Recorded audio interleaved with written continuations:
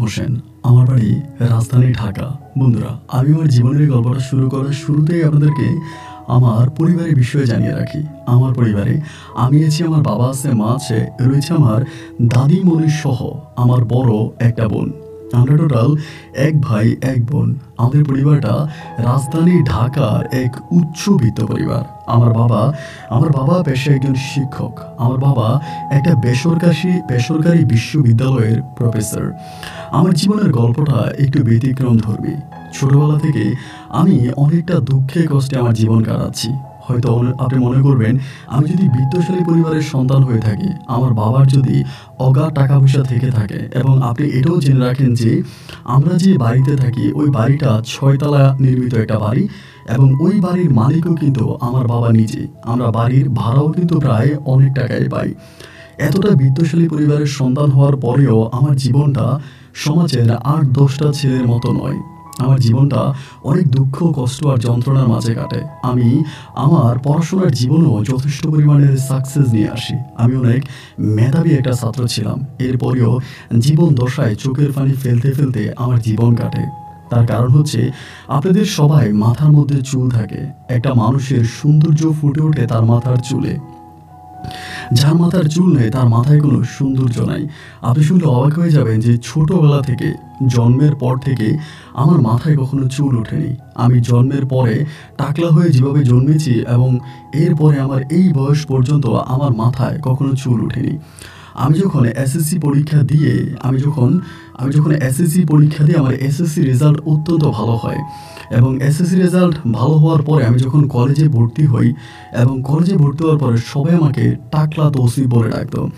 স্কুলেও আমার সাথে অনেক ঘটনা ঘটে, ছোটোখাটো অনেক ঘটনা ঘটে, এগুলো নাই বলি। এবং কলেজে যাওয়ার পরে সবাই যখন আমাকে টাকলা তৌসিফ বলে ডাকতে শুরু করে, একটা পর্যায়ে আমি কলেজে যাওয়া বন্ধ করে দিই, মানে পড়াশোনা বন্ধ করে দিই।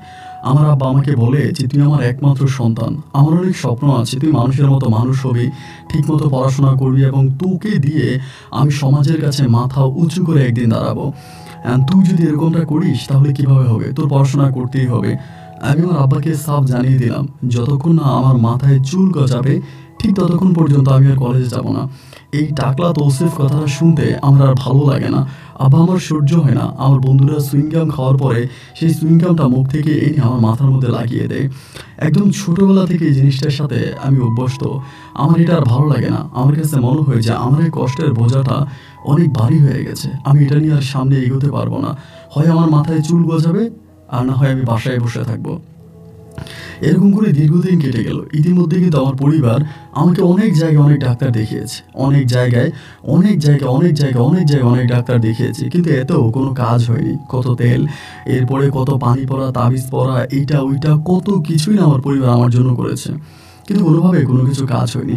একবার যে আমার আব্বা একটা হার্ডলাইনের সিদ্ধান্ত হচ্ছে এইটা, আমার বাবার সিদ্ধান্ত নিল যে আমার মাথার মধ্যে কৃত্রিমভাবে আমার বাবা হচ্ছে চুল বসাবে। অনেকের মাথায় চুল উঠে গেলে এরকম চুল বসায় না। ডাক্তারের সাথে কথাবার্তা বললো যে আমার মাথায় চুল বসাবে এরকম। তো ডাক্তার বললো আমার মাথার মাথার যে স্কেনটা, চামড়াটা, এটা অনেক পাতলা, এত পাতলা যে ওখানে চুল বসানোর কোনো সুযোগ নেই। মাথার ওই স্কিন পাতলা থাকার কারণে আমার বাবা যদি এখানে চুল বসায়, আমি যদি ওখানে চুল বসানোর চেষ্টা করি, তাহলে এতে আমার অনেক বড় ক্ষতি হয়ে যেতে পারে। আমার ব্রেনের উপরে প্রেশার আসতে পারে, এবং এইটা অনেক ক্ষতির কারণ হয়ে দাঁড়াবে।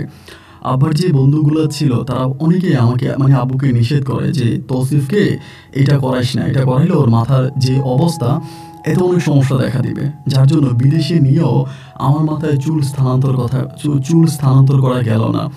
পরিবারের মাঝে আমার বড় বোনের তখন বিয়ে হয়ে যায়। তো পরিবারের মধ্যে শুধু আমি, মা, বাবা আর হচ্ছে আমার দাদিমণি ছিলাম। তো এরপরও দাদি, মা, বাবা সবাই আমার বুঝায় যে, তৌসিফ তুই যা, এবং সব কিছু ঠিক হয়ে যাবে, এরকম করে তারা আমাকে বুঝায়। এবং তাদের ওই বুঝ দেওয়ার পরে একটা পর্যায়ে আমি আবারও কলেজে যেতে শুরু করি। আমাকে অনেকে অনেক কথা বলে, তারপর আমি কলেজে পড়াশোনা করি। স্কুল জীবন থেকেই না আমি কোনো মেয়ের সামনে কখনোই দাঁড়াতাম না।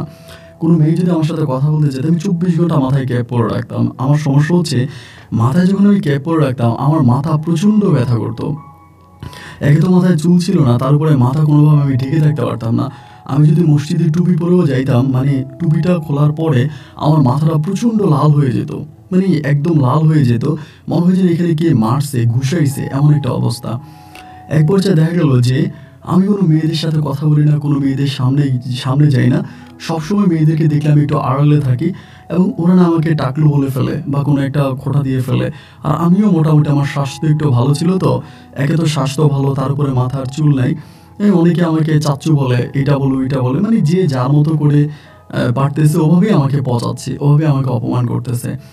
এরপরও সে অপমানগুলো সহ্য করে আমি ১ দিন ২ দিন ৩ দিন করে পাস করতেছি। এরকম করতে, করতে একটা পর্যায়ে আমি ইন্টারমিডিয়েট পরীক্ষা দিই এবং ইন্টারের রেজাল্ট আউট হওয়ার আগে আমার এক বন্ধু ছিল ঢাকার পার্শ্ববর্তী কোনো এক জেলায়, আমার ওই বন্ধুর বাড়ি। আমার এই বন্ধুটাও খুব ভালো ছিল, মানে আমার সাথে সম্পর্কটা ওর অনেক ভালো, অনেক মধুর একটা সম্পর্ক। আমার সেই বন্ধুটা ছিল হিন্দু, মানে হিন্দু ধর্মের আমার একটা বন্ধু। ও তখন আমাকে বলল যে ওর বোনের বিয়ে, এবং আমাকে বলল যে আমার বোনের বিয়ে, তুই কি আমার সাথে যাবি আমাদের গ্রামে?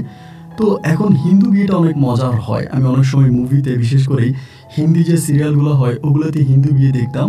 তো হিন্দু বিয়ের প্রতি আমার একটা আকর্ষণ আছে, আমার হিন্দু বিয়েকে অনেক ভালো লাগে। তাই আমি আমার বন্ধুরে বললাম যে আমি তোর সাথে যাব, তোর গ্রামে তোর বোনের হিন্দু বিয়েতে আমি যাব। যেহেতু ২-৩ দিন ধরে হিন্দু বিয়ে হয়, মানে একরকম হিন্দু বিয়ে দেখার একটা ইচ্ছা আমার মনে জাগলো। আমি আমার বন্ধুকে গ্রিন সিগন্যাল দিলাম যে আমি তোর সাথে তোদের পাড়ায় তোর বোনের বিয়ে দেখার জন্য যাব। আমি তখন আমার বাবা মাকে জানালাম। আমার বাবা মা সাফ আমাকে মানা করে দিল যে না, ওখানে যেতে হবে না, কোথায় কোনো অজপাড়া গায়ে তোর বন্ধু কি না কি, তোর কি হয় না হয়। কারণ আব্বা মা আমাকে খুব ভালোবাসতো, আমাকে এত বেশি ভালোবাসতো যে বাবা মায়ের চোখের মনি আমি ছিলাম। এই জন্য তারা সারাক্ষণই আমাকে নিয়ে টেনশনে থাকতো। এত বড় একটা চশমা চোখে পরে থাকতাম, মাথায় ছিল না চুল, আবার স্বাস্থ্যবান মানুষ। আমার আব্বা বলে কি, মানে কোথায় কি গিয়ে কোন বিপদে পড়িস, তোর যাওয়ার দরকার নেই। তো দাদিরে দোষ দিই। আমার আব্বা কিন্তু আমার দাদির কথা অক্ষরে অক্ষরে পালন করে। আমার দাদিরে বললাম যে দাদি আমার তো কোনো ইচ্ছেই নেই, মানে আমার জীবনের তো কোনো ইচ্ছেই পূরণ হয় নাই। তো আমি একটু একটা হিন্দু বিয়েতে যাব, আমার বন্ধুর বোনের বিয়ে। তা আব্বা আমাকে এখানে কেন বাধা দিচ্ছে, তুমি আব্বার একটু বুঝিয়ে বলো। আলহামদুলিল্লাহ আমার দাদু তখন আমার আব্বারে বুঝাইলো, বুঝিয়ে বললো যে দেখ, ওর মাথায় তো এমনিই চুল নেই, ছোটবেলা থেকে সবাই ওকে অনজ্ঞা করে, অবহেলা করে, অপমান করে। এরপরে অনেক মেধাবী, আল্লাহকে অনেক মেধা দিয়েছে। একটা কাজ করো, যে তুই এখানে যেতে চাই তুই বাধা দিস না। আমার আব্বাকে মানা করে যে তুই বাধা দিস না, ও যাক। আমার দাদিমা বলার পরে আমার আব্বা তখন বললো যে ঠিক আছে যা, তবে সাবধানে থাকবে। আমার কাছে ওই সময় বাটন সিস্টেম মোবাইল ফোনগুলো ছিল, বাটনের ফোন। ওই বাটনের ফোন নিয়ে তখন ওই অ্যান্ড্রয়েড ফোনগুলো বের হয়নি। আপনার ওই যে বাটন সিস্টেম যে মোবাইল ফোনগুলো ছিল এগুলোই মানুষের হাতে হাতে। তো ওই সময় কিন্তু ফোন অনেক রেয়ার বিষয়, মানে সব ফ্যামিলিতে বা সবার হাতে কিন্তু মোবাইল ফোন থাকে না। ওই সময় মানে আমার আব্বু আমারে বললো যে সবসময় মোবাইল ওপেন রাখবা, কখনো মোবাইল বন্ধ করবা না, মানে যেরকম পরিস্থিতি হোক না কেন মোবাইল খোলা রাখবা। তোমার সাথে যেন আমরা কন্ট্যাক্ট করতে পারি, যোগাযোগ করতে পারি, যোগাযোগ কখনো বিচ্ছিন্ন করবা না। আমি তখন আমার আব্বাকে বললাম যে ঠিক আছে আব্বু, এটা নিয়ে তুমি টেনশন করো না, আমি সবসময় মোবাইল ফোন খোলা রাখবো। যাই হোক, এরকম সময়ের পরিবর্তে একটা সময়ে আমি আমার বন্ধুর সাথে গ্রামের দিকে রওনা দিলাম। দেখেন, আমি আমার জীবনে গ্রামে খুব কম গিয়েছি, খুবই কম গিয়েছি, এবং গ্রামটা আমার কাছে খুব ভালো লাগে। গ্রামের খোলামেলা পরিবেশ, গ্রামের মানুষ, গ্রামের শীতল বাতাস, বিশেষ করে একেবারে খোলামেলা মাঠের পাশে আপনার যে বটগাছগুলো হয়, বটগাছের নিচে বসে গ্রামের শীতল বাতাস খাওয়ার মজাটাই না আলাদা। এরকমভাবে বাংলার মেঠো পথ ধরে যখন গাড়িটা যখন যাচ্ছিল, আমার ভিতরটায় তখন আনন্দে তুই তুম করতেছিল। আমি গ্রামে যাব, আমি গ্রাম দেখব, আমার বন্ধুর বোনের বিয়েতে যাব। এটা তখন আমার ভিতরে এক অন্যরকম শান্তির জন্ম দিচ্ছিল। একটা পর্যায়ে বাসটা ওদের ওই গ্রামের এরিয়াতে গিয়ে পৌঁছালো এবং আমি আর আমার বন্ধু সেখান থেকে নামলাম। এবং নামার পরে আমি আমার বন্ধুকে নিয়ে সেই ওদের হিন্দু পাড়াতে গেলাম। এবং হিন্দু পাড়াতে যাওয়ার পরে আমার বন্ধুর বাড়িতে আমি যখন গিয়েছি, আসলে কি বলবো, ওই বাড়িতে যাওয়ার পরে আমার বন্ধুর যে বাবা মা ছিল, এনারা আমার সাথে আপনি আপনি করে কথা বলতেছে। এবং আমার যে হিন্দু বন্ধু আছে, ওর বাবা বলতেছে যে আপনি যে একজন শিক্ষক আসছেন আমার মেয়ের বিয়েতে, আমার ছেলের সাথে আমি খুব খুশি হয়েছি। মানে ওর বাবা মনে করে যে আমি ওর শিক্ষক, মানে ও যে ইউনিভার্সিটিতে পড়াশোনা করে বা ও যে কলেজে পড়তো আমি সেই কলেজের শিক্ষক, এটা মনে করে। তারপর আমি ওর বন্ধুকে বললাম যে দোস্ত দেখ, তোর আব্বু তো এরকম এরকম করে বলতেছে। আমার বন্ধু তখন ওর আব্বুকে বুঝিয়ে বলে যে না আব্বু, ও আমার ফ্রেন্ড, ওর নাম তৌসিফ, এবং ও ছোটোবেলা থেকে একটু এরকম। তাই ওর আব্বু তখন আবার আমার সাথে খুব ফ্রিলি কথাবার্তা বলে আমাকে বলো যে সরি, আমি আসলে বুঝতে পারি না। ওর বাবাও খুব শিক্ষিত মানুষ ছিল, মানে এলাকার পঞ্চায়েত খুব ভালো একজন মানুষ। তো দেখা গেল তখন আমি খুব মজা করতেছি। হিন্দু বিয়ে তো, আপনার হিন্দু বিয়ে মানেই কিন্তু ডোক, মানে ঢাল, ডোক, বাদ্য, মিউজিক, নাচানাচি, মানে যতটুকু আনন্দ হিন্দু বিয়েতে হয়, আমার কাছে কেন জানি মনে হয় আমাদের মুসলিম বিয়েতে এই ধরনের আনন্দগুলো হয় না। কারণ ওদের মুসলিমদের অনেক রীতিনীতি আছে, বাট হিন্দু বিয়েতে মনে হয় রীতিনীতি হচ্ছে নাচানাচি, দোল বাদ্য এগুলা। তো যাই হোক, ওদের বিয়েতে আমি তখন খুব মজা করলাম। তো প্রথম রাত কেটে গেল এবং দ্বিতীয় রাতের মধ্যে তখন অনেক পাড়া থেকে অনেক মানুষজন আসছে, মানে বিভিন্ন গ্রামের মানুষ। তো একটা জিনিস খেয়াল করে দেখবেন, গ্রামে যদি কোনো একটা হিন্দু বিয়ে হয়, হিন্দু পরিবারের মানুষ থেকেও মুসলিম মানুষরা বেশি আসে। কারণ মুসলিম বিভিন্ন পাড়া থেকে মানুষরা রাতের বেলায় দেখতে আসে ওদের বিয়েটা কিভাবে হয়, বিয়েতে নাচ গান হয়, মজা হয়, মাস্তি হয়। এই জন্য অনেক মানুষ বিভিন্ন পাড়া থেকে ওই বাড়িতে এসে ভিড় জমায়।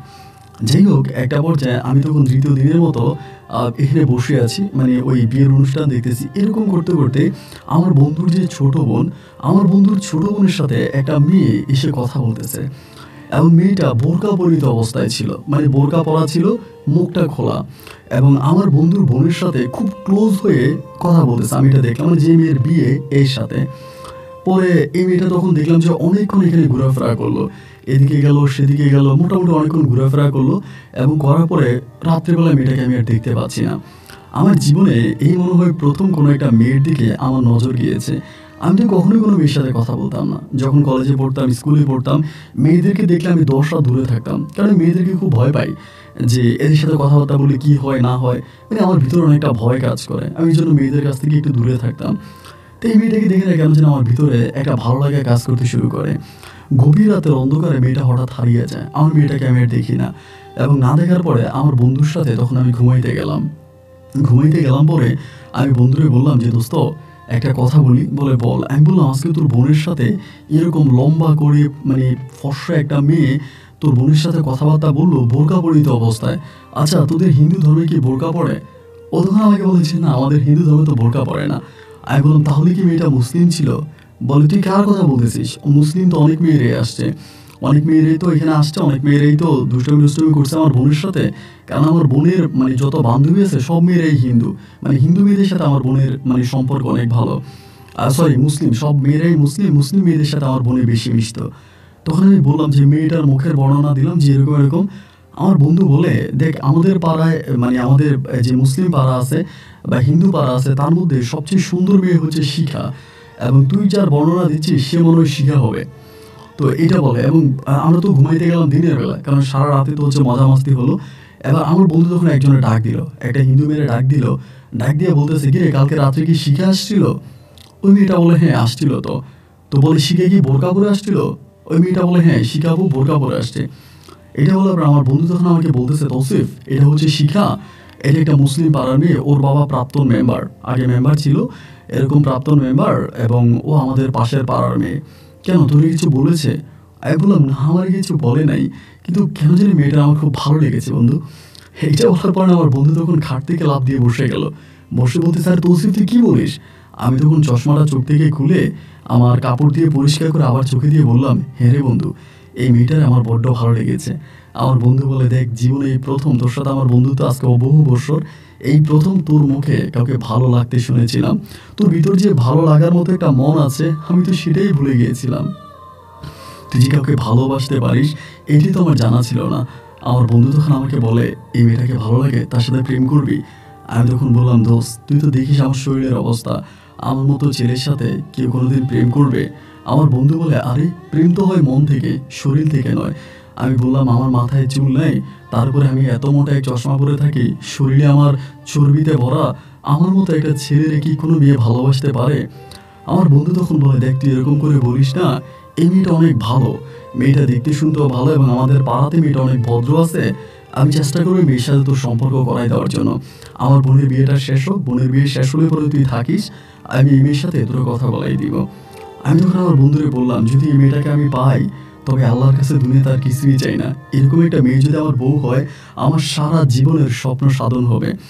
যাই হোক, বন্ধুর সাথে কথাবার্তা বললাম, এবং আমার বন্ধুর বোনের বিয়ের মধ্যেই মেয়েটা আবারও আসে, এর পরের দিনে আবারও আসে, এবং আসার পরে আমার বন্ধু তখন আমার সাথে কথা বলাই দেয়, মেয়েটাকে চেয়ারে বসায় এবং বসিয়ে বলতেছে, তৌসিফ ওর সাথে গল্প কর, তোর ভালো লাগবে, তোর তো একা একা লাগে, তোর ভালো লাগে না, ওর সাথে কথাবার্তা বল, তোর ভালো লাগবে। এরকম করে মেয়েটারে বসাই দিল, এবং বসাই দেওয়ার পরে আমি তখন মেয়েটার পাশে এসে বসে আছি, কিছু বলি না। মেয়েটা আমার দিকে তাকাচ্ছে বারবার, আমি আর চোখে চোখে মেয়েটার মুখের দিকে তাকাচ্ছি, আমার দিকে বারবার তাকাচ্ছে। তাকায় কিছুক্ষণ পর আমরা বলতেছে, আচ্ছা আপনার কি শহরের সব ছেলেগুলো ফার্মের মুরগির মতো, সবাই কি একরকম? আমি ভাবলাম আমি তো একটু মোটা, মনে হয় এই জন্য বলতেছে। আমি বললাম যে, "তুমি আমাকে এরকম করে কেন বলতেছো? মানে আমি যে মোটা এই জন্য?" বলে, "না, মোটা তো মানুষ হতেই পারে। কিন্তু আপনি এরকম কেন? ঝিমাচ্ছেন কেন? আমার মতো একটা সুন্দরী গর্জিয়াস মেয়ে আপনার পাশে বসে আছে। এটলিস্ট আমাকে কেমন আছে এটা তো জিজ্ঞেস করতে পারেন।" আমি তখন বললাম, "আসলে আমার অভ্যাস নেই তো, কখনো কারো সাথে এরকম করে কথা বলি নাই। আমার অভ্যাস নাই।" মেয়েটা তখন বলে, "তা অভ্যাস নেই, অভ্যাস করতে হবে না? বিয়ের বয়স তো মনে হয় হয়ে গেছে। বিয়ে করছেন?" আমি বললাম, "না, না, বিয়ে করি নাই।" পরে আমাকে বলে, "কি করেন ঢাকাতে?" আমি বললাম, "ও আর আমি একসাথে হচ্ছে এইচএসসি পরীক্ষা দিয়েছি, আমরা একসাথে পড়াশোনা করি।" আমাকে তখন বলল, "ও মাত্র এইচএসসি দিছেন, বাট আপনাকে দেখলে মনে হয় আপনি পড়াশোনা শেষ করে ফেলছেন।" আমি বললাম, "আমাকে এভাবে লজ্জা দিয়েন না, আমি একটু স্বাস্থ্যবান তো, এরকম করে বললে আমার লজ্জা লাগে।" মেয়েটা বলে, "না, লজ্জা লাগার কিছু নাই, যেটা সত্যি সেটাই তো বললাম। কি নাম আপনার?" আমি বললাম, "আমার নাম তৌসিফ।" বলে, "ও আচ্ছা, নামটা তো অনেক সুন্দর রাখছে আপনার পরিবার। আপনার আব্বা আম্মা কি করে?" আমি বললাম, "আমার আব্বা একটা প্রাইভেট বিশ্ববিদ্যালয়ের প্রফেসর, আর আমার মা হচ্ছে গৃহিণী।" বলে, "ভাই বোন কয়জন?" আমি বললাম, "আমি আর আমার বড় একটা বোন আছে।" তো এরকম করে বলতেছি, মেয়েটা আমার দিকে তাকায় তাকায় হাসতেছে। একটা পর্যায়ে আমার লজ্জা লেগে গেছে, মানে আমি খুব লজ্জা লাগতেছে যে আমার দিকে তাকায় মুচকি মুচকি হাসে। আমি বললাম, "আচ্ছা ঠিক আছে, আমি আসতেছি, জাস্ট মিনিট।" এইটা বলে আমি ওখান থেকে উঠে চলে আসছি এবং উঠে এসে আমার বন্ধুরে কল দিচ্ছি। মেয়েটা তখনও বসে আছে। কল দিয়ে আমার বন্ধুরে বললাম যে, "বন্ধু, এই ঘটনা, এই ঘটনা, আমার লজ্জা লাগে, মেয়েটা আমাকে এটা বলছে।" এবং এরই মাঝে আমি জানালায় উঁকি মেরে দেখলাম আমার বন্ধু এসে মেয়েটাকে বকাবদ্ধ করতে শুরু করলো। "এই তুই আমার বন্ধুরে কি বলছিস? এরকম করে কথা বললি কেন?" এবং মেয়েটা তখন রাগ করে উঠে চলে গেল। আমি এসে বন্ধুরে বললাম, "এটা তুই কি করলি? এই কাজটা কি তুই ভালো করলি? এই মেয়েটার সাথে এরকম ব্যবহার করা কি তোর ঠিক হয়েছে? বন্ধু, তুই কাজটা ভালো করিস নাই। ধুর বেটা।" ওরে বুঝাইলাম সুঝাইলাম এবং এরপরে আমার বোনের বিয়ে মোটামুটি শেষ হয়ে গেল। এই মেয়েটা আর আসলো না। এই মেয়েটা আর আসলো না এবং না আসার পরে একদিন হলো কি, মানে আমার বোনের, মানে ওর বন্ধুর, আমার বোনের বন্ধুর, মানে আমার বন্ধুর বোনের বিয়ে শেষ হওয়ার পরেও আমি ওখানে আরও ২-৩ দিন থাকলাম এবং একদিন হলো কি, ওদের উঠানের মধ্যে বসে আছি। এমতো অবস্থার ভিতরে একটা ঘুড়ি উঠতেছে, ওদের বাড়ির উঠানে একটা ঘুড়ি উঠতেছে। তো আমার বন্ধু তখন একজনে বলল, "ঘুড়ি কে রে উড়াইতেছে?" তখন বলে, "শিখা আপু।" মানে আমার বলে, "বন্ধু, তোর গার্লফ্রেন্ডে ঘুড়ি উড়ায় যাবি?" আমি বললাম, "ধুর বেটা, আমি এই মেয়ের সামনে যাব না। ওই মেয়ের সামনে গেলে আমার লজ্জা লাগবে।" আমারে বলতেছে, "আরে লজ্জা লাগার কিছু নাই, তুই চল, তোরে নিয়ে যাবো।" এই বললো তখন আমারে মানে মানে বিলের দিকে নিয়ে গেল। মেয়েটা যেখানে ঘুরে উড়াচ্ছে ওইখানে ধানি জমি আছে, মানুষের ফসলি জমির ওখানে। দেখলে আপনি অবাক হয়ে যাবেন, ছেলেদের মতো করেই ঘুরে উড়াচ্ছে। এই মেয়েটা এত সুন্দর, তার চেহারার বর্ণনা দিয়ে আমি শেষ করতে পারবো না। পুরো ঢাকা শহরে মনে হয় এরকম একটা মেয়ে খুঁজে পাওয়া যাবে না, যার চেহারা এত গর্জিয়াস, এত মায়াবী, এত চমৎকার রকমের একটা মেয়ে। এবং আমার কাছে মনে হয় বিধাতা তাকে নিজের হাতে তৈরি করেছে। এক পর্যায়ে মাঠের মধ্যে গেলাম। মাঠে যাওয়ার পরে মেয়েটা তখন বলতেছে, "ভাই", মানে আমার বন্ধুরে বলতেছে যে, "দাদা, ঘুড়ি তো ধরে রাখতে পারতেছি না, ঘুড়ি তো উড়ে যায়, অনেক বাতাস।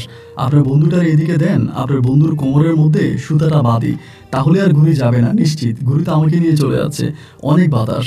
আমি বললাম, "দেখছিস, আমার অপমান করতেছে।"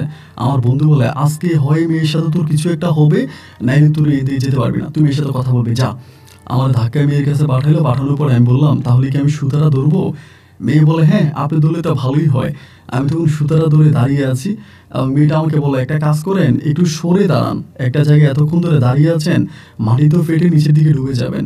মানে একটা মানুষকে অপমান করার জন্য যা বলা দরকার, মেয়েটা আমাকে এরকম করে কথা বলে। এভাবে ১ দিন, ২ দিন, ৩ দিন করে সময়গুলো কাটতেছে এবং কাটতে কাটতে মেয়েটার সাথে আমার কিছুই হলো না। কথোপকথন এরকম করেই হলো এবং হতে হতে একটা পর্যায়ে আমরা তখন আবারও চলে গেলাম, ঢাকাতে চলে আসলাম এবং বাসে আসতে আসতে বলতেছি যে, "দোস্ত, মেয়েটা আমার খুব ভালো লাগছে রে, যদি এই মেয়েটারে বিয়ে করতে পারতাম।" ওরকম করে বলে। আমার বন্ধু বলে, "তোর দ্বারাই হবে না, এতদিন থাকার পরেও তুই মেয়েটারে কোনো কিছু বলতে পারলি না, তো এরপরে তোর দ্বারা আর কি আশা করা যায়?" এরকম করে আমাকে কথাবার্তা বলে। যাই হোক, একটা পর্যায়ে এমন করতে করতে আমি তখন পাড়ায় চলে আসি, মানে আমাদের এলাকায় চলে আসি, বাড়ি মানে আমাদের ঢাকাতে চলে আসি এবং ঢাকাতে আসার পরে তখন আমার রেজাল্ট আউট হয়। এর মাঝে রেজাল্ট চলে আসে, আমি খুব ভালো রেজাল্টে এসএসসি পাস করি, মানে এইচএসসি পাস করি। এবার আমার আব্বা যে বিশ্ববিদ্যালয়ে পড়াশোনা মানে আমার আব্বা যে বিশ্ববিদ্যালয়ের প্রফেসর ছিল, ওই সময় আমার আব্বু কিন্তু রিটায়ারে চলে আসে, মানে আব্বু রিটায়ার হয়ে যায়। তা আমি তখন ওই বিশ্ববিদ্যালয়ে তখন ভর্তি হই। ওই আব্বুর বিশ্ববিদ্যালয়ে ভর্তি হয়, প্রাইভেট বিশ্ববিদ্যালয়। আমার বন্ধুরা একেকজন একেক বিশ্ববিদ্যালয়ে ভর্তি হয়। মানে আমার যে হিন্দু ফ্রেন্ড ছিল, ও চলে যায় ওর এলাকাতে, ও এলাকাতে একটা বিশ্ববিদ্যালয়ে ভর্তি হয় এবং বিশ্ববিদ্যালয়ে ভর্তি হওয়ার পরে এভাবে যাচ্ছি আসতেছি, এমন করতে করতে হঠাৎ করে আমার পরিবারের মাঝে একটা কথোপকথন শুনতেছিলাম, মানে আমার বিয়ে নিয়ে। এর মাঝে আমার যে বড় বোন আছে, আমার বড় ভাই আমার ডাইকা বললো, "ভাইয়া, আমার বড় বোন কিন্তু আমার অনেক বড় সিনিয়র, এরপরও আমাকে ভাইয়া করে ডাকে।" আমার বড় বোন আমাকে বলল, এই ভাইয়া, তসলিম ভাইয়া, এখন আম্মু তো তোমার জন্য ছেলে মানে মেয়ে দেখতেছে, আম্মু তোমার জন্য মেয়ে দেখতেছে, তোমাকে বিয়ে করাই দিবে।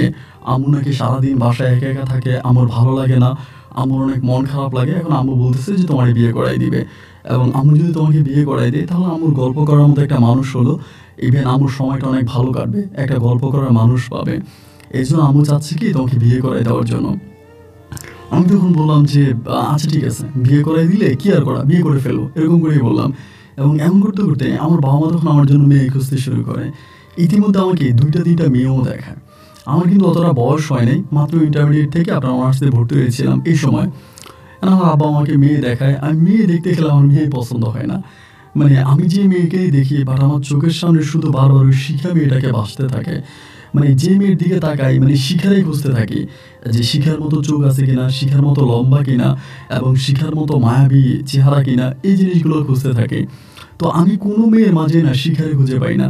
1টা 2টা 3টা করে আমার পরিবার আমাকে প্রতিনিয়তই মেয়ে দেখিয়ে যাচ্ছে। এভাবে অনেকগুলো মেয়ে দেখানোর পরে আমরা ব্যাগের সময় হাঁপিয়ে গেছে। আমার বোনরে বললো যে তুই তৌসিফের সাথে কথা বল, তৌসিফের আকার ভঙ্গি বা কথা বলার ধরন দেখে মনে হচ্ছে যে তৌসিফের কাউকে ভালো লাগে, ওর মনে হয় কাউকে ভালো লাগে, কারোর সাথে ওর কোনো একটা সম্পর্ক আছে। এবং এই জন্য আমরা যে মেয়েগুলোকে দেখাচ্ছি এই মেয়েগুলোর পছন্দ হয় না। তুই একটা কাজ কর, তৌসিফের সাথে একটু ভালো করে কথা বল, ওর সাথে একটু ভালো করে কথা বলে জিজ্ঞেস করছে ওর কাউকে ভালো লাগে কিনা। তো আমার বড় বোন তখন আমাকে জিজ্ঞেস করে, এবং বড় বোন জিজ্ঞেস করার পরে আমি আমার বড়াপুর কাছে কিছু বলি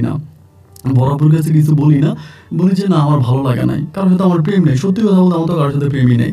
তারপর আমার দাদির একদিন আমি বললাম যে দাদি, আমি আমার হিন্দু বন্ধুর বিয়ের বাড়িতে গেছিলাম, ওখানে একটা মুসলিম মেয়ে দেখছি, এখন ওই মেয়েটার মতো আমার আব্বা আমার যত মেয়ে দেখাইলো এরকম একটা মেয়ে আমি দেখলাম না। ওই মেয়েটা আমার এত ভালো লাগছে, এরকম একটা মেয়ে যদি দেখতাম তাহলে বিয়ে করে ফেলতাম। আমি আমার দাদিরে বলতেছি। আমার দাদি তখন আমার ডাইকা বলে, তোর কোন বন্ধুর বিয়েতে গেছিলি? আমি এমন বললাম যে আমার একটা হিন্দু বন্ধু, এমন যে আমি বেশ কয়েকদিন ধরে বাড়িতে ছিলাম না এইচএসসির পরে, তখন আমার দাদি বলে, ওই মেয়ের ঠিকানা জানিস, যেটা তুই গ্রামে দেখে আসছিস? আমি বললাম যে না, ঠিকানা জানি না, তবে এটা আমাদের বন্ধুর পাড়ার, আমার বন্ধু যে আছে আমার বন্ধুর পাশের পাড়ার। আমার মা তখন আমার দাদি তখন আমাকে বলে, তোর বন্ধুর নাম্বার দে, আমার এটা বলে। তা আমি যখন বলি নাম্বার দেওয়ার জন্য বলে, আমি তখন আমার দাদির কাছে আমার বন্ধুর নাম্বারটা লিখে দিয়ে আসি, মানে কাগজে লিখে দিই। এবং ওই দিনে রাতের বেলায় আমার বন্ধু আমারে কল দেয়। এমনি কিন্তু ওর সাথে আমার আগের মতো আর কথা হয় না। আগে যেরকম ধরেন অনেক কথাবার্তা হইতো, অনেক কথাবার্তা বলতাম, এবং যখন আলাদা বিশ্ববিদ্যালয়ে ভর্তি হয় ওভাবে কথা হয় না। তো মাঝে মাঝে হয়তো 3 দিন 4 দিন বা সপ্তাহে মাসে এরকম করে কথা হয়। ও তখন আমার ফোন দিয়ে বললো রাতের বেলায়, কি রে তুই কি শিক্ষার বিষয়ে তোর আব্বা আমারে কিছু বলছিস? রাতের বেলা আমার ফোন দেয়। আমি তখন বললাম যে না বন্ধু, আমি তো কিছু বলি নাই। বলো তোর আম্মু আমারে ফোন দিছে, তোর আম্মু ফোন দিয়ে বললো এখন তুই যে আমার বোনের বিয়েতে গেছিস, কোন মেয়ে তোর পছন্দ হয়েছে বা এটা আমাকে জিজ্ঞেস করলো। আমি তখন বললাম যে আন্টি, আমাদের পাশের পাড়ার একটা মেয়ে, প্রাক্তন মেম্বারের মেয়ে শিখা, ওই মেয়েটার নাকি তৌসিফের ভালো লাগছে। আমি বলি তুই বলে দিছিস? বলে হ্যাঁ আমি বলে দিছি, আন্টি আমাকে জিজ্ঞেস করলো, আমি বলে দিছি। কেন? আমি বললাম দেখ, এই ঘটনা, আমার পরিবার আমাকে বিয়ে করাবে, বিভিন্ন জায়গায় মেয়ে দেখতেছে। তো এখন আসলে আমার পরিবার যে আমাকে বিয়ে করাবে মেয়ে দেখতেছে, বাট ওই মেয়ে একটাও আমার পছন্দ হয় না, আমার ভালো লাগে না। যার জন্য আমি দাদির এটা বললাম যে আমার বন্ধুর বিয়েতে, আমার বন্ধুর বোনের বিয়েতে গেছিলাম, ওইখানে যেরকম একটা মেয়ে দেখছি ওই রকম মেয়ে যদি পাইতাম তাহলে আমি বিয়ে করতাম। পরে আমার দাদি তো নাম্বার নিয়ে গেছে, মনে হয় এরপর আম্মুকে দিছে। এখন ও আমারে বলে তুই কি শিকারে বিয়ে করবি, এমনি আমারে বলে। আমি তখন বললাম যে দেখ বন্ধু, তোরে কি বলবো আমি তো বুঝতেছি না। আমার বন্ধু আমার বলে, দেখ তৌসিফ, তোর একটা কথা বলি, তুই শিকারে বিয়ে করিস না, এমনি আমার কথাটা বলে। আমি তখন বললাম কেন তুই এরকম করে বললি কেন, তুই না বললি মেয়েটা অনেক ভালো? ও আমাকে বলে আমি তো সেটাই জানতাম যে মেয়েটা অনেক ভালো, কিন্তু ইদানিং মেয়েটার সম্বন্ধে অনেক কথাবার্তা শুনতেছি, অনেক বেশি সুন্দরী, তো এত সুন্দরী মেয়ের বিয়ে করলে জীবনে সুখী হওয়া যায় না। আমি তখন বললাম তা তো জানি না, কিন্তু মেয়েটার তো ভালো লাগছে। আমার বন্ধু বলে, দেখ তুই যদি ভালো করতে পারিস তাহলে বিয়ে কর, সমস্যা নাই, তবে আমার সাজেশন থাকবে যে না। এইটা বলে আমার বন্ধু তখন মানে ফোন কেটে দিল, আর আমার বন্ধুর সাথে আমার কথা হয়নি। এভাবে প্রায় আপনার 15 দিনের মতো কেটে গেছে। এই বিষয়টা ওই 15 দিনের মতো ওখানেই ধামাচাপা পড়ে গেছে। এটা নিয়ে আমার বাবা মা আর কোনো কথা বলে না, আমিও কোনো কথা বলি না। মানে ওই 15 দিন পর্যন্ত জিনিসটা ওভাবেই পড়ে আছে। এবং 15 দিন পরে আমার আব্বু একদিন আমার বলতেছে যে তৌসিফ, আমরা এক জায়গায় যাব, তুমি আমাদের সাথে যাবা, এরকম করে আমার বলে। আমি তখন বললাম যে এক জায়গায় যাব, তোমরা আমার সাথে যাবো মানে কোথায় যাবে? আমার আব্বু বলে যাবো, তুই রেডি হইস। পরের দিন তখন সকালবেলা রেডি হইলাম, কোথায় যাবে তা তো আর জানি না। আমাদের নিজেদের একটা গাড়ি আছে, ওই গাড়ি নিয়ে আব্বা আম্মা আমি আমার বড় বোন আর হচ্ছে গিয়ে আমার মানে আমরা এই কয়েকজনে রওনা দিলাম। এখন রওনা দিতে দিতে মানে হঠাৎ করে আমার আব্বুর মোবাইলে একটা কল আসছে। কল আসার পর আব্বু লাউড স্পিকার দিয়ে কথা বলতেছে। আমি শুনতে পেলাম যে কণ্ঠটা আমার বন্ধু হচ্ছে আমার ওই হিন্দু বন্ধুর। আমি তখন আমার আব্বুরে বললাম যে আব্বু তুমি কি ওদের ওই দিকে যাচ্ছ নাকি? আমার আব্বু বলে হ্যাঁ। আমি বললাম ওদের ওই দিকে কেন যাচ্ছ? আব্বু বললো তোমাকে সারপ্রাইজ দেওয়ার জন্য। আমি তখন গাড়িতে বলতেছি আব্বু আমাকে সারপ্রাইজ দিবা মানে আমি তো তোমার কথা বুঝতেছি না। আমার আব্বু বলে তুমি যে মেয়েরে পছন্দ করছো ওই মেয়ে দেখতে চাইতেছি।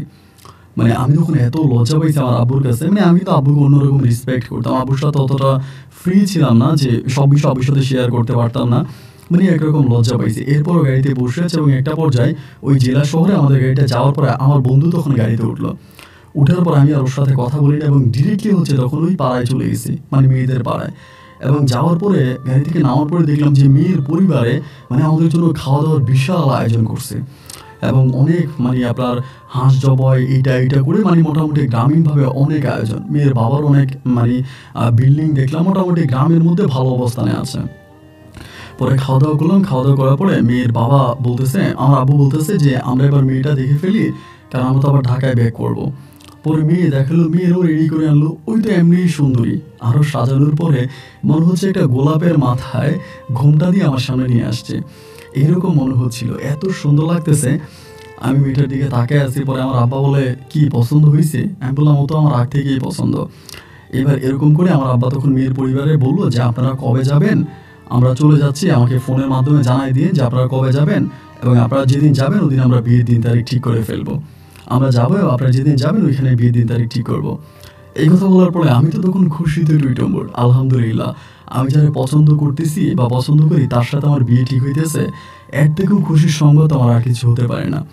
এবং এরপরে যখন বাড়িতে আসি, মানে আমাদের ঢাকাতে আসি, ঢাকাতে আসার পরে এভাবে একদিন 2 দিন 3 দিন কাটতেছে। এরকম করতে করতে একটা পর্যায়ে আমি খেয়াল করে দেখতেছি আমার পরিবারের মানুষগুলো কেমন জানি একটু অন্যরকম হয়ে গেছে। মানে সবার একটু মন খারাপ, একটু মন খারাপ, মানে মন খারাপ। আমি বুঝতেছি না কেন মন খারাপ কেন। এবং এভাবে কয়েকদিন কাটার পরে একদিন মানে কেউ আর কোনো কথা বলে না, কিন্তু সবাই একটু চুপ হয়ে গেছে।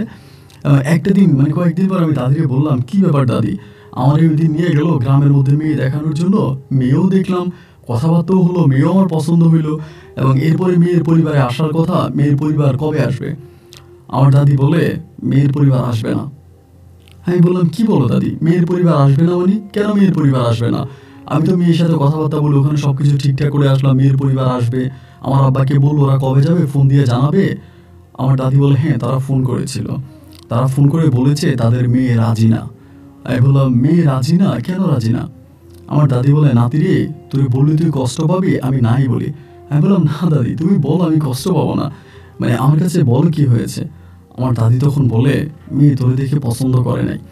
মেয়ে বলে টাকা পয়সা থেকে কি হবে, তোর মতো ছেলের কাছে বিয়ে বসবে না। এবং মেয়ে বলতেছে তার বাপ মাই যদি জোর করে তোর কাছে বিয়ে দেয় তাহলে মেয়ে আত্মহত্যা করবে। মানে আমার তখন এত কষ্ট হয় ভাই, আমি কি বলবো আপনাকে বলে বোঝাতে পারবো না। আমার জীবনে মনে হয় ওই দিনটা আমি কোনোদিনও ভুলতে পারবো না। মানে আমার সমস্ত স্বপ্নগুলো তখন ভেঙে যায়। বিশ্বাস করে আমি এরপরে জিমে ভর্তি হয়ে গেছি। এই ঘটনার যেদিন ঘটছে এর পরের দিনে আমি জিমে ভর্তি হয়েছি। আমি 2 ঘন্টা 2.5 ঘন্টা করে জিম করতাম, এরকম করতাম। কিন্তু আমি স্বাস্থ্য কমাতে পারতাম না, মানে আমার শরীর কমাতে পারতাম না, বিকজ আমি একটা রোগের মধ্যে ছিলাম, আমার শরীরে একটা রোগ ছিল, যার কারণে আমি স্বাস্থ্য কমতো না, মানে আমি খাবার কন্ট্রোল করতে পারতাম না, আমার খাবার খেতে হতো।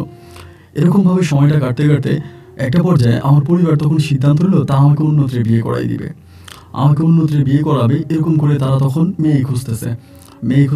এই মেয়ে যেহেতু এরকম করছে বা এই মেয়ে যেহেতু আমার কাছে বিয়ে বসবে না, তারা উন্নতির আমার জন্য মেয়ে খুঁজতেছে। আমি বলি আমি বিয়ে করবো না। আমি বলতেছি যে না আমি বিয়ে করবো না, তোমরা উন্নতির মেয়ে খোঁজো, তাতে কি হয়েছে, আমি বিয়ে করবো না।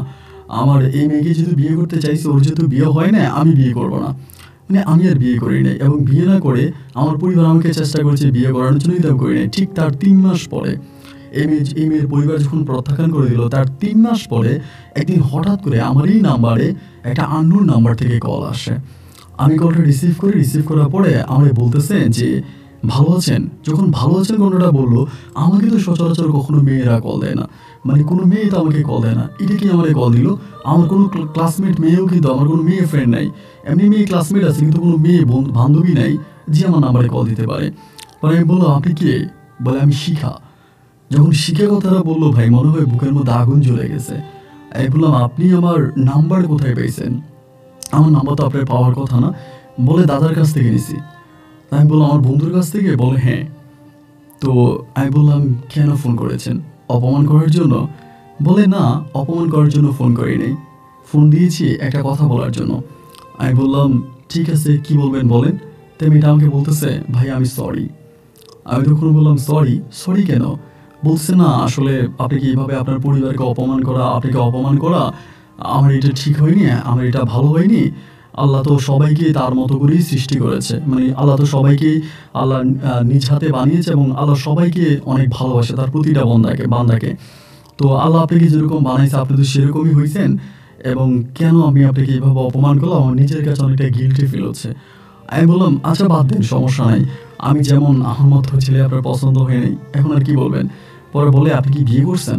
আমি বললাম যে না, আমাকে আমার পরিবার এরপরে বিয়ে করানোর জন্য অনেক চেষ্টা করছিল, বিভিন্ন জায়গায় মেয়েটাই দেখছিল, কিন্তু আমি বিয়ে করি নাই। তা আমাকে বলতেছে, কেন বিয়ে করলেন না কেন? আমি বললাম, না বিয়ে করি নাই, এমনিই করি নাই, শরীর কমানোর জন্য জিম করতেছি, স্বাস্থ্য কমাচ্ছি এবং অনেকটা কমে গেছে। পরে আমাকে বলে, তাই নাকি? আপনি ভালো হয়ে গেছেন? তা আপনি যদি স্বাস্থ্য কমে যায়, ঠিক হয়ে যায়, তাহলে তো আমি আপনাকে বিয়ে করবো। তা আমি বললাম, দেখেন দুষ্টুমি করবেন না তো। বলে, না না, দুষ্টুমি করতেছি না, আপনি কি ঢাকায় আছেন? আমি বললাম, হ্যাঁ আমার বাসা ঢাকায়, তো আমি ঢাকায় তো থাকবো। আমাকে বলে, তাহলে কি আপনার সাথে একটু দেখা করা যায়? আমি বললাম, আপনি কোথায়? মেয়েটা বলে, আমিও ঢাকায় আসছি। আমি বললাম, ঢাকায় কোথায় আসছেন? বলে, আমার একটা রিলেটিভের বাসায়।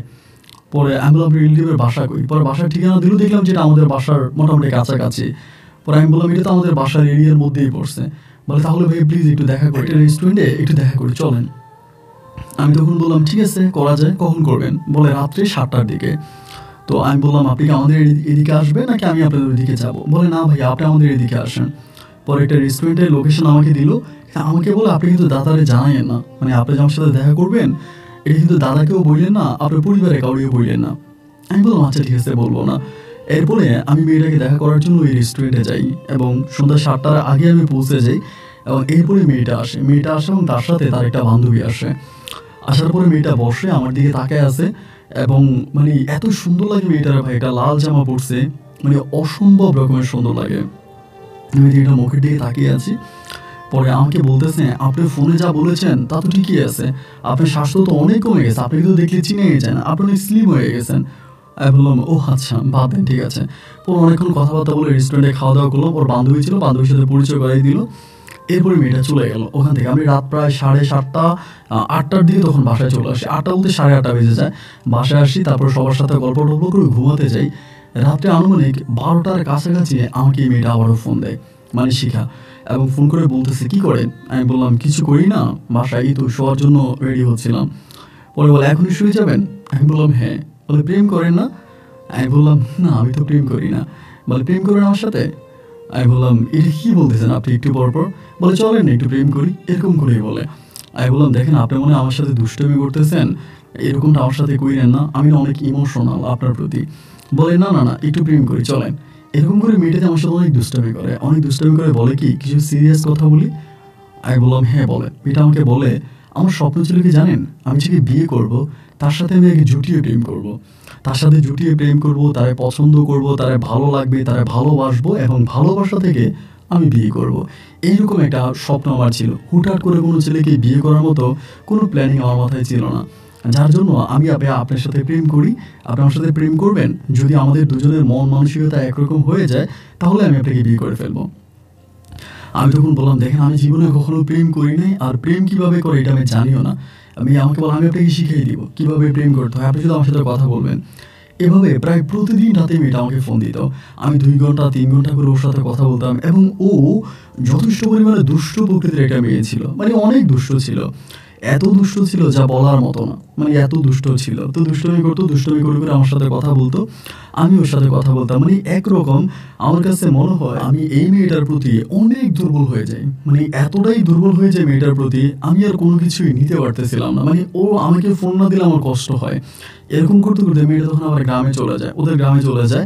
এবং ওদের গ্রামে চলে যাওয়ার পরে আমাকে বলে যে, আপনি ঢাকায়, মানে আমাদের এলাকায় আসেন, আপনার সাথে দেখা করবো।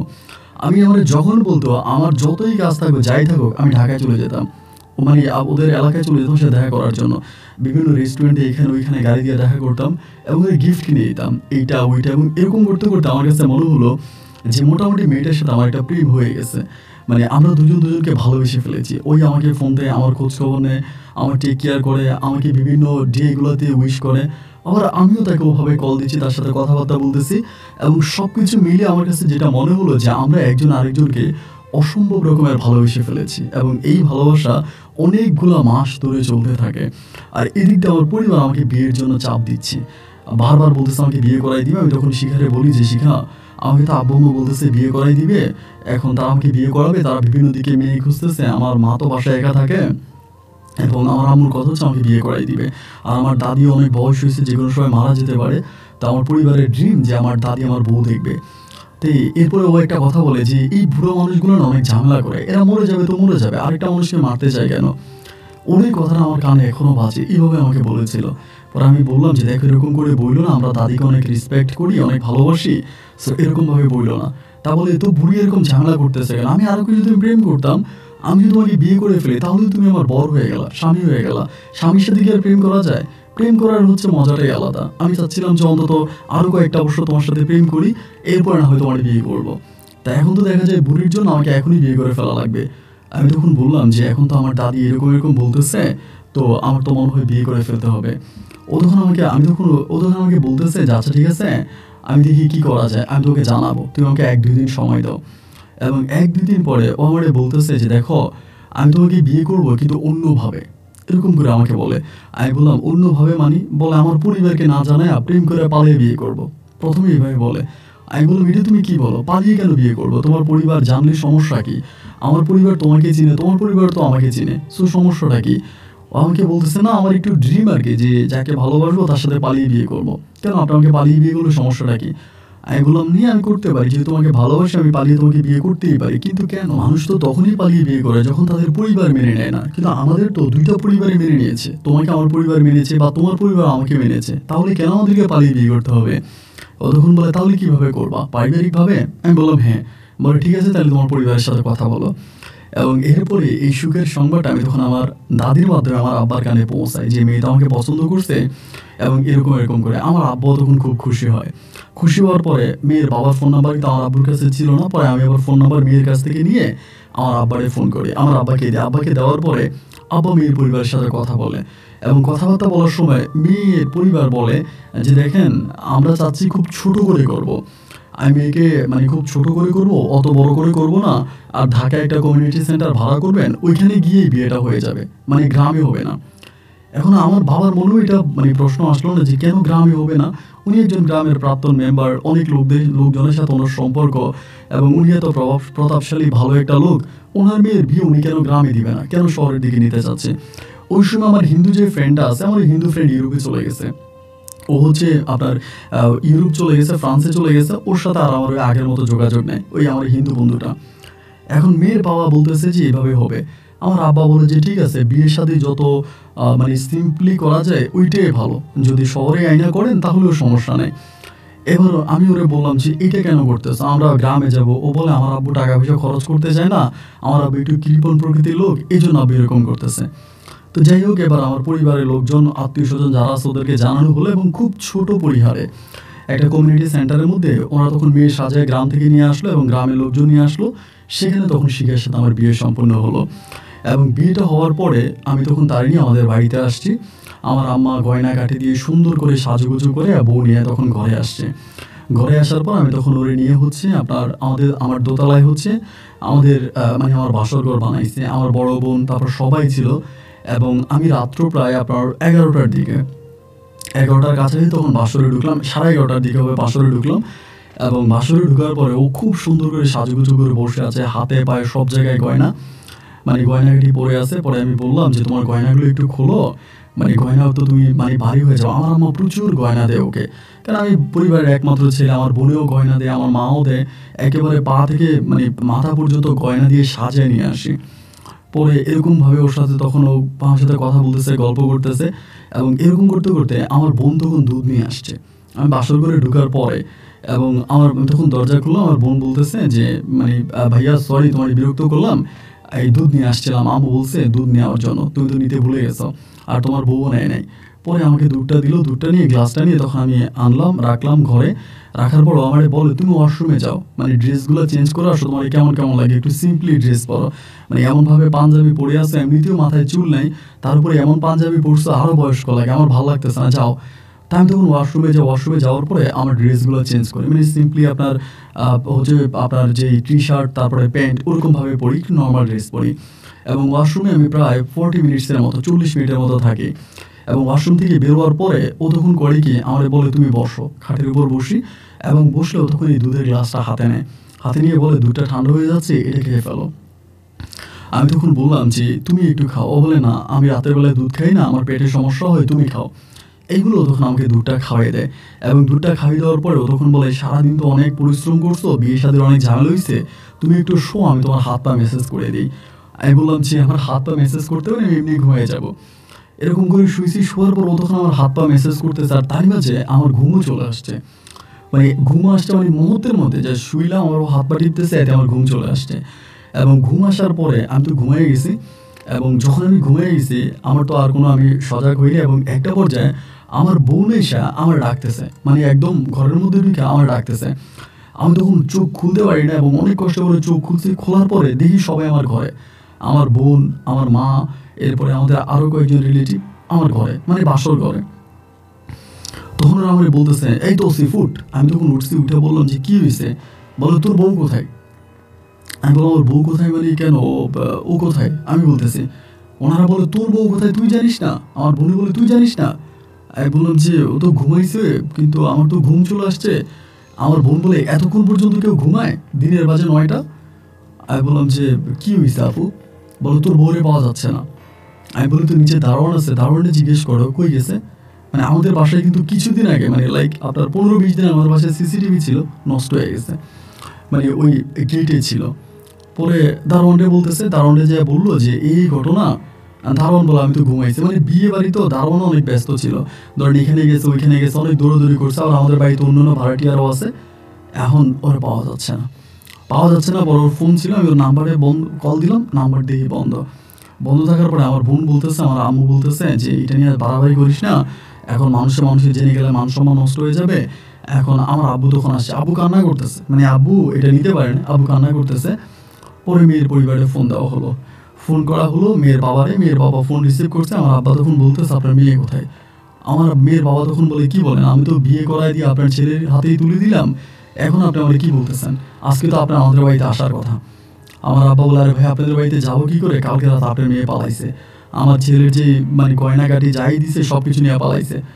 এক মেয়ের পরিবার তো বলতেছে এটা কী বলেন আপনি? আমার আব্বা তখন বলে আপনি মনে হয় পরিকল্পিতভাবে আপনার মেয়ের নিয়ে আপনার পালাইছেন, তা না হলে আপনি আপনার গ্রামের লোকজনদেরকে জানান নাই কেন, গ্রামে কেন অনুষ্ঠান করেন নাই?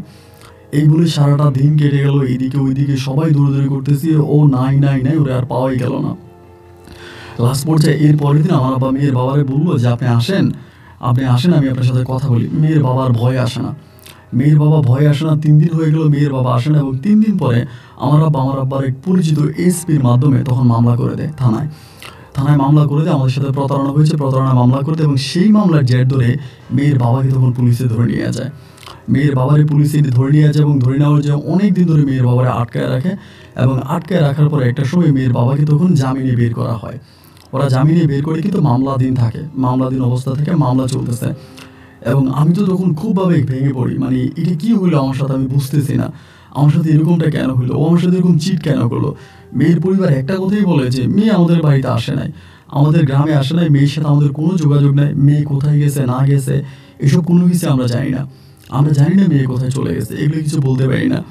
মানে আমি তখন কান্নাকাটি করি, মানে প্রতিটা মুহূর্তেই কান্নাকাটি করি, মানে আর কোনোভাবেই নিজেরই সহ্য করতে পারতেছি না, মনটারে বুঝাইতে পারতেছি না, মানতে পারতেছি না এটা আমার সাথে কেন ঘটলো, এটা আমার সাথে কেন হলো। মানে আমি পুরো একঘরা হয়ে যাই, মানে কারোর সাথে কথা বলি না, কারো চোখের দিকে তাকাই না, পুরো একঘরা হয়ে যায়। আমার পরিবার তখন আমার জন্য আবার মেয়ে দেখতে শুরু করে,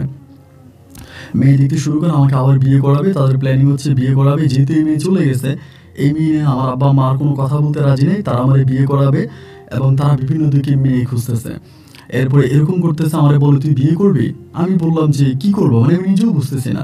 আর আমার যে বন্ধু বান্ধব আছে ওরা আমার বুঝে তুই আরেকটা বিয়ে করে ফেল, এবং একটা কন্টিনিউয়াসলি একটা ওয়াইফ যদি তোর ঘরে থাকে তাহলে তুই মেয়েটারে ভুলতে পারবি।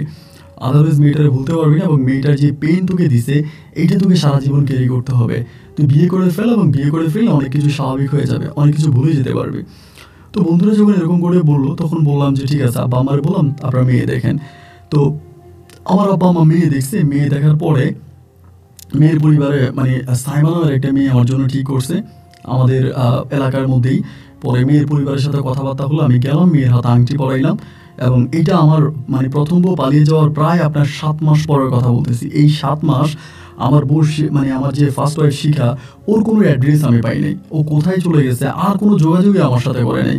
আমরা ডিবির মাধ্যমে, প্রশাসনের মাধ্যমে, বিভিন্ন জায়গায় হচ্ছে গোয়েন্দা সংস্থার মাধ্যমে খোঁজখবর নিয়েছি, বাট কোথাও ওর কোনো সন্ধান পাওয়া যায়নি। ও নাই নাই নাই, টোটালি নাই, একেবারেই উধাও হয়ে গেছে।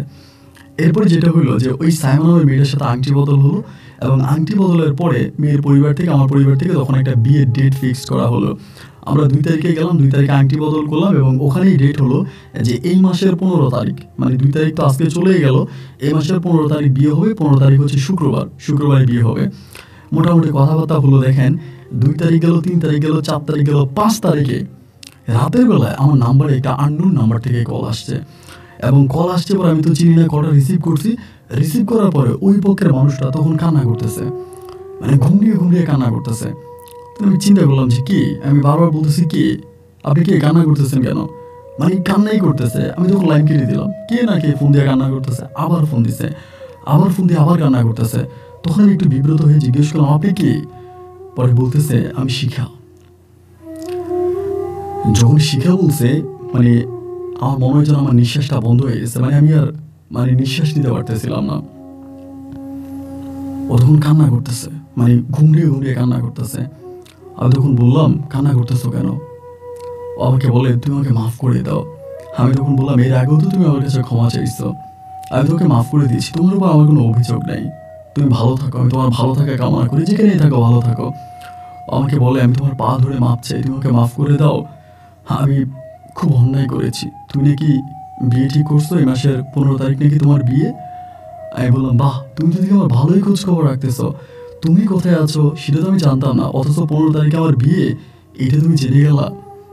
আমাকে বলতেছে তুমি বিয়ে করো, তুমি ভালো থাকো, আর আমাকে ক্ষমা করে দাও।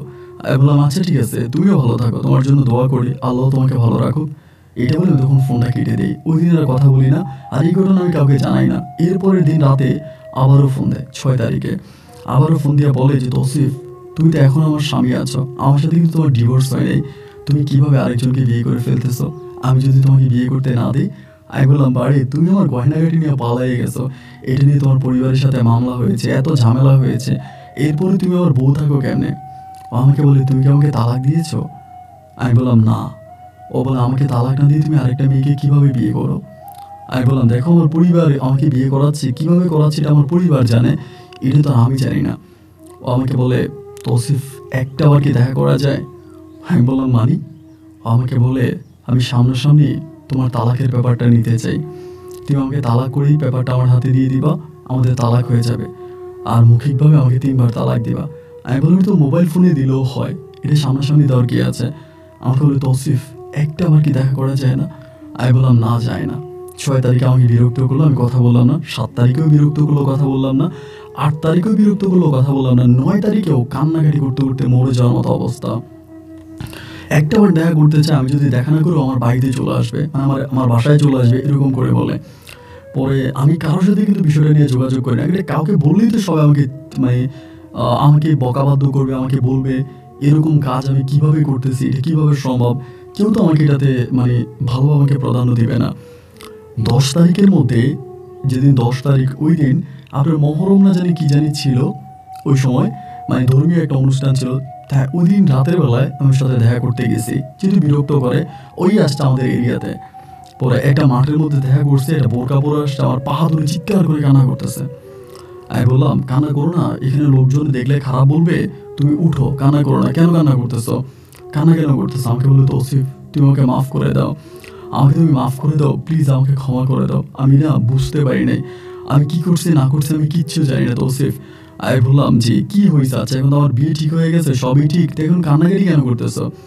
আগলে তৌসিফ, আমি তোমাকে সত্যিটা বলতে চাই, আমি একটা বেইমানকে ভালোবাসছিলাম। একটা বেইমানের প্ল্যানিংয়ে আমি বাসরঘর থেকে পালাইছিলাম। ওই আমার এই গয়নাগাটি, তোমার যে দেওয়া গয়নাগাটি সব কিছু নিয়ে পালাই গেছে। ও আমার সাথে চিটিং করছে তৌসিফ। আমি না পারতেছি ওর কাছে যাইতে, না পারতেছি তোমার কাছে যাইতে। তৌসিফ, আমি তোমার পায়ে ধরি তৌসিফ, তুমি আমাকে একটা সংসার দাও, আমার সংসারটা ভেঙে দিও না। আমি ভুল করেছি, আমি অন্যায় করেছি, আমাকে মাফ করে দাও তৌসিফ, তোমার পায়ে ধরি তৌসিফ। ও তৌসিফ, আমার কথাটা শোনো না, তুমি যেদিন বিয়ে বসে যাওয়া ওই দিন আমি বাঁচবো না। আমি সেদিন বললাম যে দেখো আমাকে প্লিজ এভাবে চালাইও না, তুমি যাও। ও আমাকে ছাড়তেছে না, মানে কান্না করতে করতে করতে করতে মানে আশেপাশের কয়েকজন মানুষ তখন চলে আসে। মানুষ এসে বলতেছে যে ভাই কি হয়েছে? আমি বললাম যে আমার ওয়াইফ ছিল, পালায় গেছে অন্য ছেলের সাথে, এখন কান্না করতেছে। ওখানে কয়েকজন লোক বলতেছে ভাই রে, মেয়েটার কান্নায় আল্লাহর আরশ কাঁপতেছে, মানুষ মাত্রই ভুল, নারী জাতি তো বুঝতে পারে নাই, ওদের বুদ্ধি তো হাঁটুর নিচে, কোনো ছেলে মনে হয় প্রলোভন দেখেছে চলে গেছে, বউ নিয়ে ঘরে যান। আমি তখন বললাম আমি ওরা নিয়ে কীভাবে ঘরে যাব, ওরা নিয়ে আমি ঘরে কীভাবে যাব? পরে ও আমারে বলে তুমি যদি আজকে আমাকে কে রেখে যাও আমি আত্মহত্যা করবো, আমি এখানে সুইসাইড করবো, আমি মরে যাব, আমি এখানে আত্মহত্যা করবো, আমি এখানে থাকবো না, আমি আত্মহত্যা করবো, তুমি যদি আমাকে রেখে যাও আমি আত্মহত্যা করবো। আমি বললাম তুমি কি বলতেছো, আমি এখন কি করব বলো, আমি তো কোনো কিছুই বুঝতে পারতেছি না, মানে আমি এখন কি করব? আমাকে বলো আমি কিচ্ছু জানি না, আমি কিছুই জানি না, তুমি কি করবা, আমি জানি না তুমি কি করবা, কিন্তু আমি তোমাকে ছাড়া বাঁচবো না। মানে এমন অবস্থা করতেছে যে আমি মানে আর বুঝাইতে পারতেছি না যে আমি কি করবো না করবো, কিছুই বুঝতেছিলাম না। এবং মানে ও খুব ভেঙে পড়ছে। পরে আমি কি করলাম, ওই রাতে ওরে আমার একটা বান্ধবীর বাসায় নিয়ে রাখলাম, মানে আমার একটা ক্লাসমেট মেয়ের বাসায় রাখলাম আমার আরেক বন্ধুর সহযোগিতায়। এবং ঘরে আসছি তখন রাত পোহালেই কিন্তু 11 তারিখ, 10 তারিখ থেকে 11 তারিখ, 11 তারিখ আসছি, ভাবতেছি কি করা যায়, কারণ কয়েকদিন পরেই তো আমার বিয়ে, মানে কয়েকটা দিন পরেই তো আমার বিয়ে। এখন আমার বাড়িতে অলরেডি গরু কিনা হয়ে গেছে, বাসায় গরু কিনছে, সবাই ইনভাইট করে ফেলছে, দাওয়াত দিয়ে ফেলছে। মানে কি করবো ভাই ওই সময়, আর এদিক দিয়ে শিখা কান্না করতে করতে মরে যাইতেছে যে আমি তোমার ছাড়া বাঁচবো না, তোমার যদি বিয়ে, তুমি যদি বিয়ে করে ফেলো আমি ওই রাতে বিষ খাবো, আমি ওই রাতে সুইসাইড করবো। আমার যে মেয়ে বান্ধবীর বাসায় রাখছি, আমার ওই মেয়ে বান্ধবী আমাকে বলে, আমাকে ফোন দিয়ে বলে যে তৌসিফ ভাইয়া ওই মেয়েটা তো সুইসাইড করবে, মেয়েটা কিন্তু বাঁচবে না, ও হাত কেটে ফেলতেছে, মানে ব্লেড দিয়ে হাত কাটতেছে, এমন একটা অবস্থা। আমি যাইছি, যাই দেখি পুরো হাতের মধ্যে ব্লেড দিয়ে কেটে ফেলছে, মানে এমন এক অবস্থা যে ও আমাকে বলে আমি সুইসাইড করবো, আর আমার ফ্রেন্ড আমাকে বলতেছে মেয়েটা কিন্তু সুইসাইড করবে। এখন কি করবো আমি বুঝতে পারতেছি না ভাই। লাস্ট পর্যন্ত আমি আর শক্ত থাকতে পারলাম না। এই 13 তারিখ রাতের বেলায় আমি তখন বাসা থেকে পালাই যাই।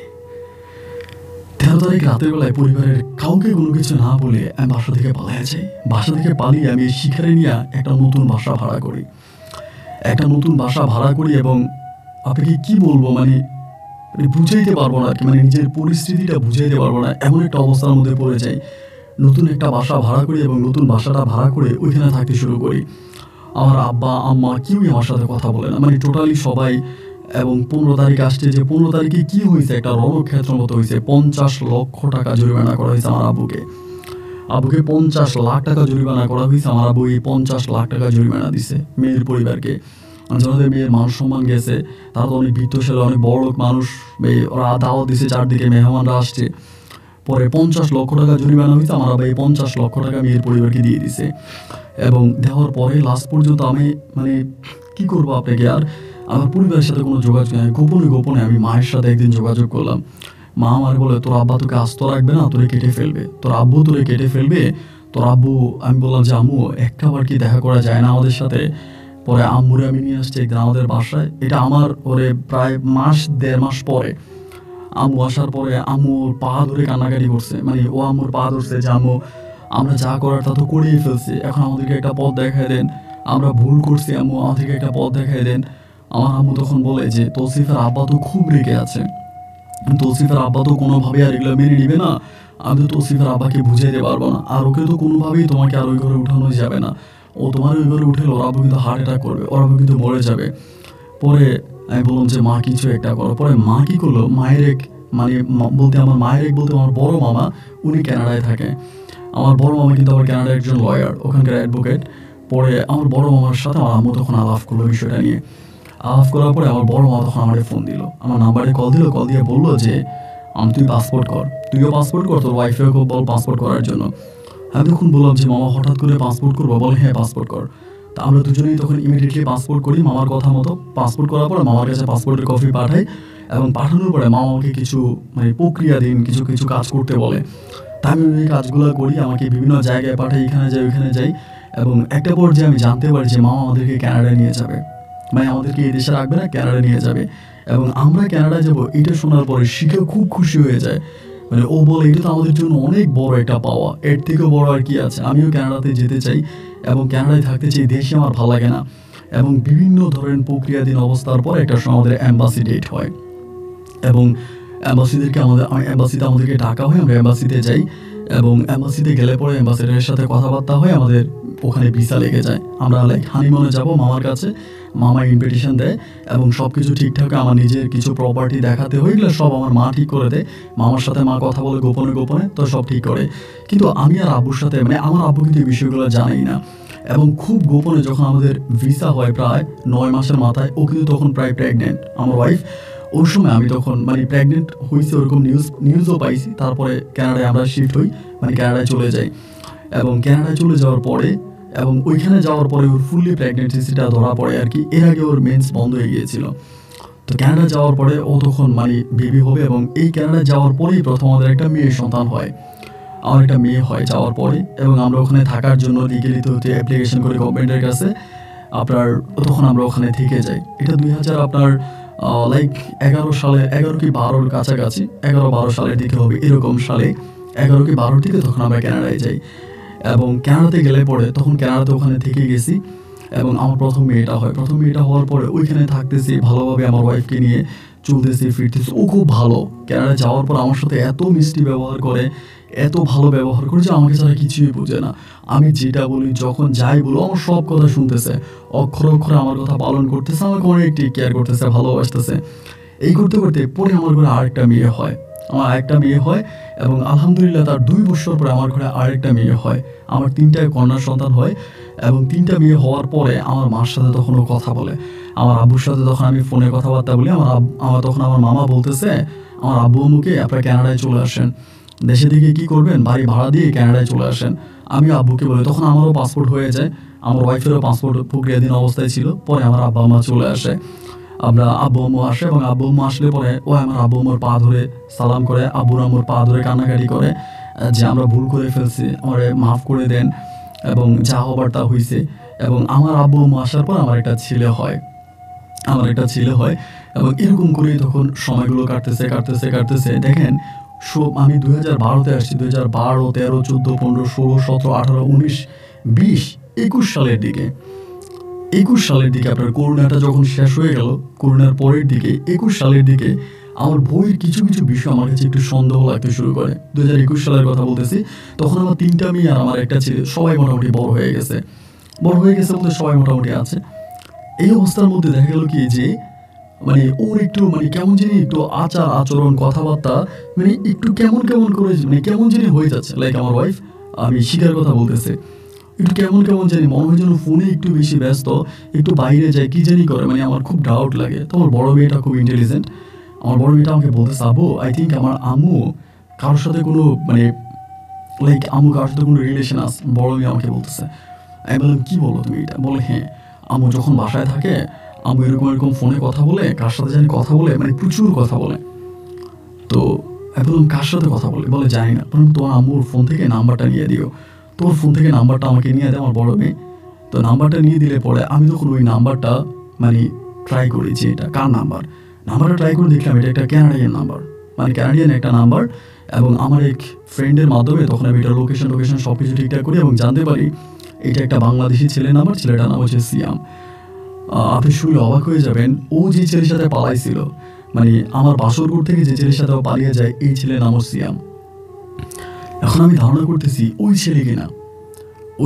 ওইটা ধারণা করে আমি প্রথমত ফেসবুকটা হ্যাক করি। ফেসবুকটা আমার মেয়ের মাধ্যমে, মেয়ের সহযোগিতায় একটা ওটিপি পাঠায় ফেসবুকটা হ্যাক করি। আমার মেয়ে হ্যাক করাই দেয়। এবং ফেসবুকটা হ্যাকিং করার পরে আমি তখন ফেসবুকের মধ্যে ঢুকার পরে আমি দেখতে পাই যে ভাই, এটা আর কেউ নেই, এটা ওই ছেলে, যে ছেলের সাথে ও আমার বাসরঘর থেকে পালিয়ে যায়। এবং শুধু বাসরঘর থেকে পালিয়ে যায়, এই ছেলেকে বহু বছর ও 2016 সালে দেশে নিয়ে আসে। 2016 সালে দেশে আনে। 16, 17, 18, 19, 20, 21 এই ছেলেরও মোটামুটি কাগজপত্র হয়ে গেছে, অলমোস্ট হয়ে গেছে। তো মানে সেই 16 সাল থেকে এই পর্যন্ত আমি ওদের যে মেসেজগুলো দেখলাম, পুরনো মেসেজগুলো, বছরের মেসেজগুলো দেখলাম যে ভাই এরা অনেকবার অসংখ্যবার একসাথে থেকেছে এবং অসংখ্যবার একসাথে থেকেছে। ওই ছেলের সাথে ওর পরকীয়া কঠিনভাবে আছে এবং এই ছেলে ওকে বলতেছে যে তুমি ওই ঘর থেকে চলে আসো, আমি তোকে নিয়ে যাব। এবং ওই ছেলের সাথেও থাকতেছে। আবার ওই ছেলে বিয়ে করতে চায়, আমার ওয়াইফ ওরে বিয়েও করতে দেয় না। ওই ছেলে বলতেছে আমি গ্রামে যাব, এলাকায় যাবো, আমার পরিবার আমাকে বিয়ে করাবে। আমার ওয়াইফ বলতেছে না তুমি বিয়ে করতে পারো না, তুমি বিয়ে করলে আমি সুইসাইড করবো। ওই ছেলেকে যে মেসেজগুলো দেখতেছি যে তুমি বিয়ে করলে আমি সুইসাইড করবো, এই ছেলে বলতেছে তোমার তো ওয়াইফ, তোমার তো হাজব্যান্ড আছে, তা তুমি তোমার হাজব্যান্ডকে চেয়ে আমার কাছে চলে আসো।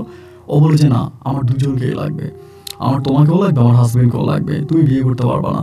তোমার সাথে আমার এই কন্ডিশন ছিল, তোমার সাথে আমি টার্মস এন্ড কন্ডিশন, আমি তোমাকে কানাডাতে আনছি যে তুমি আমাকে কন্ডিশন দিয়েছিলে তুমি কখনো বিয়ে করবা না, তুমি সারা জীবন আমার সাথে থাকবা, এবং এই কন্ডিশনেই তো আমি তোমাকে বিয়ে করছি। সুতরাং এখন তুমি কেন বলতেছো তুমি গ্রামে চলে যাবা, গ্রামে গিয়ে বিয়ে করবা? এটা হতে পারে না। এই ছেলে গ্রামে যেতে চায় কিন্তু আমার ওয়াইফ দেয় না, এবং প্রতিদিন এই ছেলের সাথেও চলে যায়, বিভিন্ন জায়গায় যায়, ডেট করে, এগুলো করে।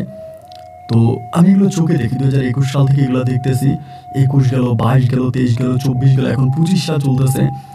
আমার মেয়েটা অনেক বড় হয়েছে, আমার মেয়েটা এগুলো দেখতে দেখতে আমার মেয়েটা খুব ফেড আপ হয়ে গেছে, বড় মেয়েটা, যে আব্বু এগুলো কী হচ্ছে, আব্বু এটা কীভাবে মেনে নিব, আব্বু এটা কীভাবে সম্ভব, আব্বু কী করবো।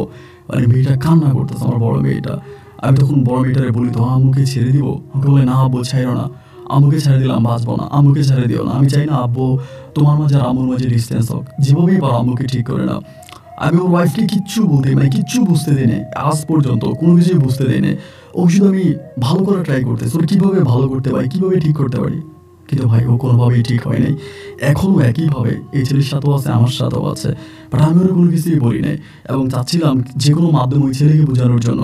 দেখলাম যে ওই ছেলেকে বুঝিয়েও লাভ নেয়, ওর কথা মতো ওই ছেলেও বিয়ে করে না, ও যেমনি বুঝাইতেছে ওই ছেলে তেমনি বুঝতেছে, এবং প্রতিদিন আমার সাথে ওর শারীরিক সম্পর্ক হোক বা হোক এই ছেলের সাথে হচ্ছে। ওই যে মেসেজে আমি দেখতেছি ওর ইমো হ্যাক করা, আমার মেসেজ হ্যাক করা, আমি সবই দেখি। ছেলে ওরে ডাকে, ও যায়, থাকে, কোন হোটেলে থাকে, কোন জায়গায় থাকে, এই সব ডকুমেন্টই আছে। আজ অনেকগুলো বছর ধরে শুধু এই জিনিসটা ভাবতেছি, ছেড়ে দিব না ধরে রাখবো, ছেড়ে দিব না ধরে রাখবো।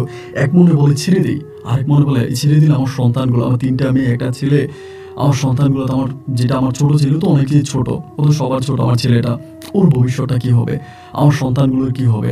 আর এই মেয়েরা যদি আমি এখন শিকারে যদি ছেড়ে দিই, আমার আব্বু আম্মু আমাকে জীবিত জবাই করাই দিবে, মানে আমার বাপ মা আমাকে একদম মানে জব করাই দিবে। আমার আব্বা আমাকে আমি একটু হালকা ধারণা দিচ্ছে, আমার আব্বা এরকম করে বলে, এরকম কিছু করলে আমি সুইসাইড করবো এবার।